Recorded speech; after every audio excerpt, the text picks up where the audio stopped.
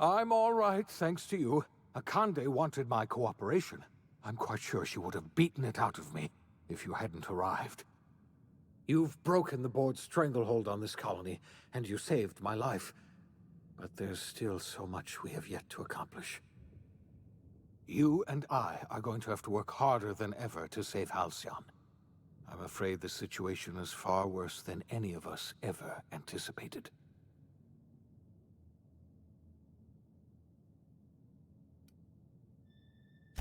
I would like nothing more than to celebrate this victory, but we have a serious problem on our hands. Earth has gone dark.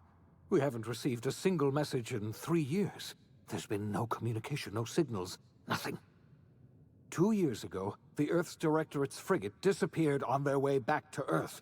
We don't know what they discovered when they arrived, or if they arrived at all. They haven't exactly been hands-on around here anyway. So there's one less rubber stamp to worry about. Earth is humanity's home planet, Miss Fenhill. The psychological effects of losing our original home will be devastating. So we've got to make do on our own. Seems to me that'll make us stronger in the end anyhow. You're quite right. We've got no choice but to make do on our own. We're in serious trouble, my friend. Do you know what this means for Halcyon? We can't rely on Earth for support anymore. We've been cut loose. We're entirely on our own.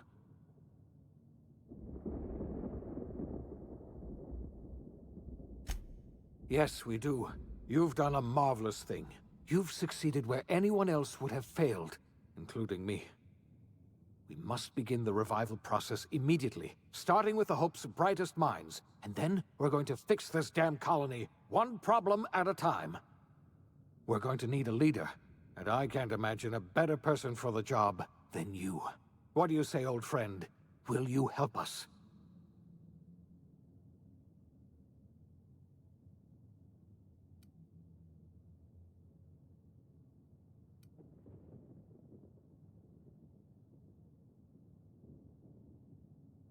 You won't hear a word of disagreement from me.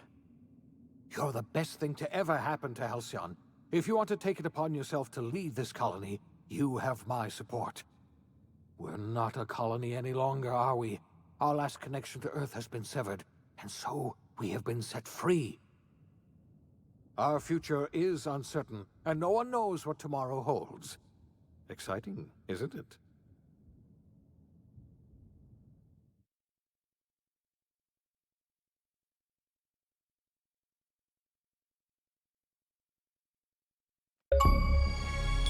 The OSI teaches that everything in the universe happens according to the grand plan. But the stranger that arrived in Halcyon was an unplanned variable. From the moment she landed in Emerald Vale, her actions altered the course of history. The events on Tartarus brought about the end of the board's authority. But the board's mistakes would haunt the colony for decades to come. The damage they left behind would require the work of a generation to repair. Dr. Phineas Wells began reviving a handful of the Hope's colonists. Engineers, scientists, technicians, and intellectuals. They were among the brightest minds the Earth had ever sent out into the stars. The Hope scientists and engineers woke up in a colony descending headlong into total collapse. With no way to return to Earth, they had no choice but to band together and devote themselves to the cause of saving Halcyon. The people of Halcyon were nothing if not hardy. In the absence of the board's authority, many of the colony's settlements banded together with a single purpose in mind: survival. Life was especially hard in the years to come. Some towns dissolved by attrition and starvation, but most of them found a way to carry on. In the years to come, Halcyon was forced to reckon with its newfound freedom. The board was gone, and for better or worse, the colony was responsible for its own destiny. Between MSI's worker-centric policies and the iconoclast's manpower, Sanjar and Zora were able to rally many of the Terra 2 townships to their cause. MSI's workforce swelled, and the iconoclasts enjoyed a significant surge in their ranks. The board was too distracted by infighting and internal politics to stop MSI from becoming a powerful corporation and a refuge for townships that might have fallen through the cracks. Consumed by paranoia, Lilya Hagen took Sublight Salvage in a controversial direction, openly accusing board officials of an extraterrestrial conspiracy. One day, an accident at the Groundbreaker's docking bay silenced her forever.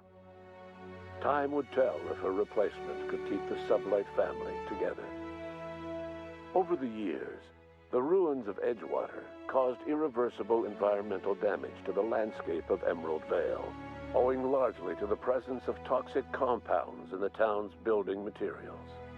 As for Edgewater's former workers, their remains provided a source of nourishment for the region's fauna, leading to an explosion in the sprat population. The collapse of Edgewater left its workers bereft of any purpose in life. Most of them made their way to Adelaide McDevitt's camp, hoping to ingratiate themselves into her favor. Adelaide accepted only a few to her community. The rest were turned away and likely died of starvation. Nevertheless, Adelaide's camp grew into a well-established town. Adelaide McDevitt refused to cooperate with the ongoing effort to save Halcyon from collapse. A sympathetic deserter stole a copy of her research and delivered it to the Hope's scientists. It is unclear how useful Adelaide's research was. An optimistic estimate suggests her work may have bought Halcyon another few years of survival. Adelaide would never know. She died that winter. Under the leadership of Junlei Tennyson, the Groundbreaker held firm against corporate influence. The ship's mechanical stability gave Junlei the time to educate a promising generation of engineers schooled in her family's traditions. The future of the Groundbreaker looks promising. The rediscovery of the Hope and the abandonment of the lifetime employment program forced Byzantium to come to terms with some uncomfortable realities about the state of Halcyon.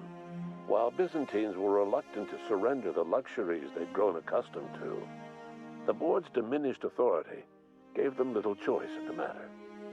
Nearly everyone had to learn to make do with less.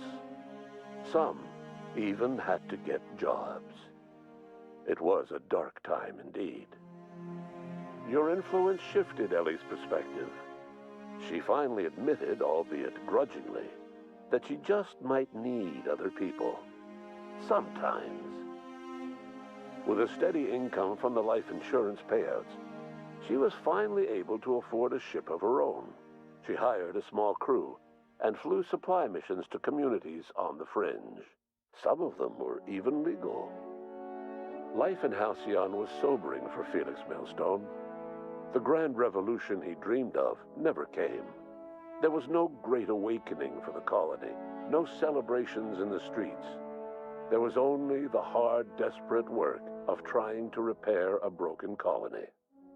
Felix never had a head for numbers, but if there was labor to be done, he was there to help.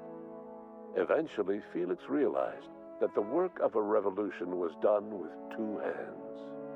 As much as he enjoyed his adventures aboard the Unreliable, the vicar, known as Max, eventually decided that it was time to move on, to live out the life he had sought so long to create. He knew there were many in the colony who carried burdens much worse than the ones he had struggled with, and he devoted himself to easing their suffering wherever he could. He only ever took up arms again to defend the defenseless. Unshackled from a lifetime of striving and fighting the universe and himself, Vicar Maximilian de Soto was finally at peace.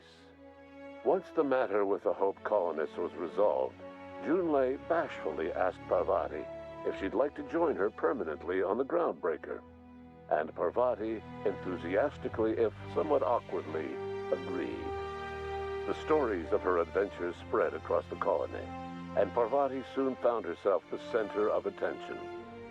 Having served as the engineer of a renowned spacecraft, tramp freighters and wildcat miners sought her out by name, and in no time, she was a fixture in the Groundbreaker's mechanical ecosystem.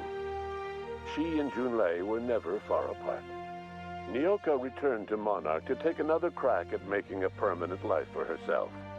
She formed the Charon Group, a mercenary outfit of ragtag survivalists and wilderness experts. Anyone in need of a guide, or just looking to throw back a beer and swap stories, could find her camping on the trail or clearing an infestation. The SAM unit that accompanied you spread awareness of the product line's superior sanitation and maintenance capabilities across what was left of the colony. This led to a boost in SAM unit sales. Did you know that SAM units are the longest-lasting, toughest-acting cleaning solution in Halcyon? Minister Clark was released from house arrest, and his contact with you gave him a sense of renewed purpose and vigor. Once it became clear that no help would be coming from Earth, he threw his considerable efforts and talents into helping Halcyon manage the crisis before it. As for Dr. Phineas Wells, he spent his remaining years in his orbital lab. He eventually came to terms with his own past and was able to forgive the mistakes of his younger self by devoting his remaining years to serving the colony. In the end, Dr. Wells was able to save every scientist and engineer aboard the Hope. Over the next decade, nearly all of the Hope's remaining colonists were successfully revived. Halcyon saw a period of rapid technological and scientific advancement. Breakthroughs in dietary supplements saved the colony from starvation. Geoengineering projects and social reforms began to change the structure and character of the colony. Dr. Wells laid the groundwork for the project to save the colony, but he would never live to see the fruits of his labor. He passed away a few years later. His work was carried on by the scientists and engineers he revived. Today, Halcyon has stabilized. The people of the colony work hard to adapt to their new circumstances. Nearby colonies send aid and supplies. Life will never be easy in Halcyon, but for the first time in its history, there exists a sense of real, genuine hope about the future. And what about you, the unplanned variable in the history of Halcyon? You brought an end to the chaos on Tartarus, and proved yourself the most capable leader left in the colony. You administered the colony in your own image.